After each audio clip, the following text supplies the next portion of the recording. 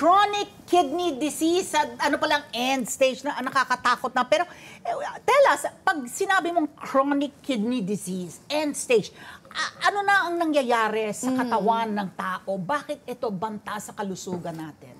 Okay, actually yung chronic kidney disease, pangmatagalang sakit yan. Hindi naman siya biglang lumitaw lamang na bigla na lang nag-end stage renal disease. So, ito ay sakit that develops over time. Progressively, so, progressive disease po itong sakit na ito. So, over months, over years. So, meron tayong stages ng kidney disease. Siyempre, pag sinabi nating stage 1 or stage 2, hindi pa malala yung sakit na to at maaari pang alagaan. Yung sinabi nyo kanina or nabanggit ninyo na end stage renal disease, ito yung stage 5 na. So, dito medyo malala na talaga yung sakit sa kidney. So, hindi po ito biglaan lamang. Matagalan po talaga yung proseso na to. Yun nga lang po, gaya ng nabanggit, hindi kasi siya nahuhuli ng maaga.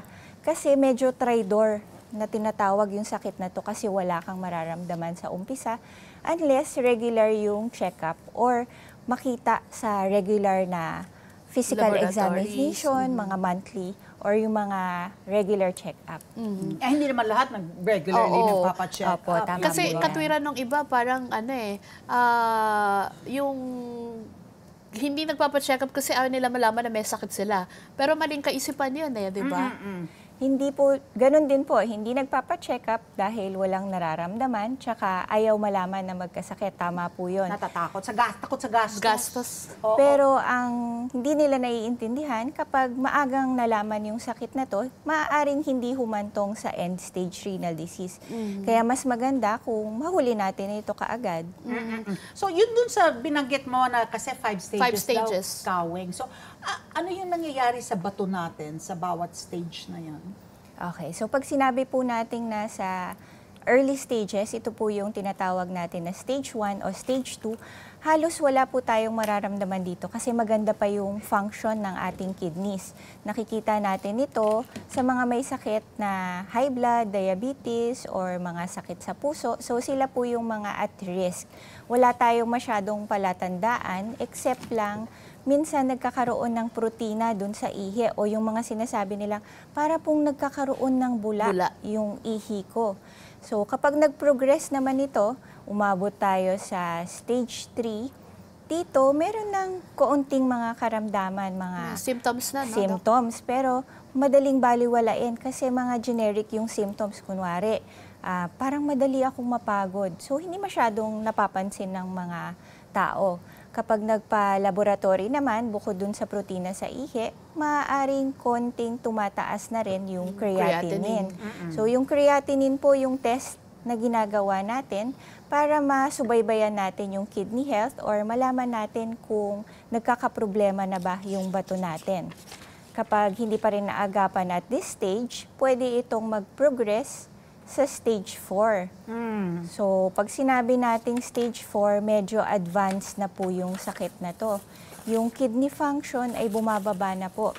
So, around 30 to 50% yung kidney function ng mga sinusukat yun yung paiinumin ka ng maraming tubig, tapos hihintay ka, ganas titignan nila kung gano'ng kakaraming ano ba yan?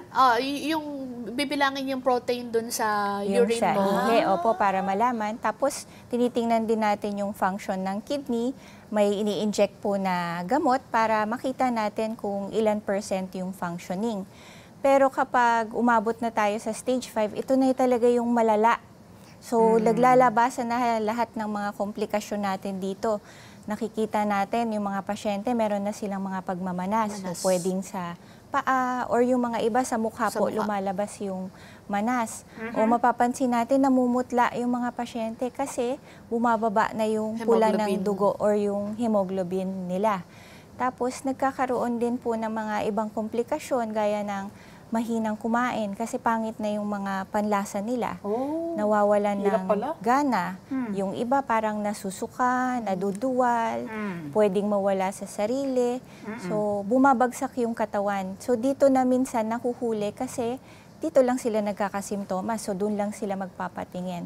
Na minsan, agaran na talaga yung solusyon. Minsan nadadialysis na talaga yung mga pasyente kapag Emergency nandito dialysis. na tayo sa stage na to. Ayun. Kasi nga po, Doc sa ngayon, akala ng iba pang matanda lang. Pero recently, parang kahit na batang-batang edad, nagkakaroon din. So, yun nga po, ngayon, wala na bang pinipili itong CKD? Wala po talagang pinipiling edad yung CKD. Pwedeng bata kasi meron mga ibang sakit na sadyang lumalabas lang sa katawan natin. Ito yung mga tinatawag natin na related sa immune system natin, yung mga glomerulonephritis na tawag or parang pamamaga dun sa kidney. Yung kadalasan kasing alam natin na mga matatanda na nagkakasakit dahil to dun sa komplikasyon ng mga matagal na nilang sakit gaya ng high blood, diabetes, mga may sakit sa puso, may bato sa bato, yung mga prostate na nababaraduhan yung pag-ihi. At syempre, yung mga iba naman sa katandaan na lang din. So, yung advanced age is also a risk factor. At Pero dun sa mga bata, Doc, kasi bakit parang minsan may 20 anyos na mahigit Talaga? lang. Bakit? Bakit? Ano yung cause Yun ng nga, ano? Doc. Kasi maintindihan mo yung elderly, Oo. hindi ba? Pero among the young, para yung ating mga mommies dyan, aware kayo, bakit vulnerable ang kabataan din? meron po kasi tayong mga ibang sakit na pwede ring maipasa or namamana galing sa mga magulang. Pero yung mga bata ho na nagkakasakit na nakikita nating 20 years old na dadialysis, 18 years old na dadialysis, kadalasan dahil ito dun sa sinabi ko kaninang glomerulonephritis, wherein yung kalaban natin dito is yung immune system, yung katawan mismo. So, linalabanan niya yung kidneys and in turn, nag-fail yung kidneys. So, nagsa-start ito as inflammation, pagmamanas. So, may makikita din kayo mga dinadala sa ospital na mga bata na manas na manas, buong katawan. Sila yung may tinatawag natin mga nephrotic syndrome na pag hindi naagapan, tuluyan masisira yung bato. Pero Doc, kasi sabi nila, yung mga bata daw ngayon dahil nahihilig dun sa mga pagkain, lifestyle na din ng mga kabataan ngayon, kung ano yung hilig nilang kinakain, nakaka-apekto ba at the early stage sa kidney nila yung mga ganitong lifestyle? Yeah, syempre po yung lifestyle kasi ngayon, risk factor din po yan. Yung mga kumakain ng mga hindi healthy, yung mga mahilig sa mga processed food. Tapos yung mga dieta na parang maaalat yung diet nila. So kadalasan nakakalala din po ito sa problema sa kidney. Let's get together. Sunday 25. Sunday 25.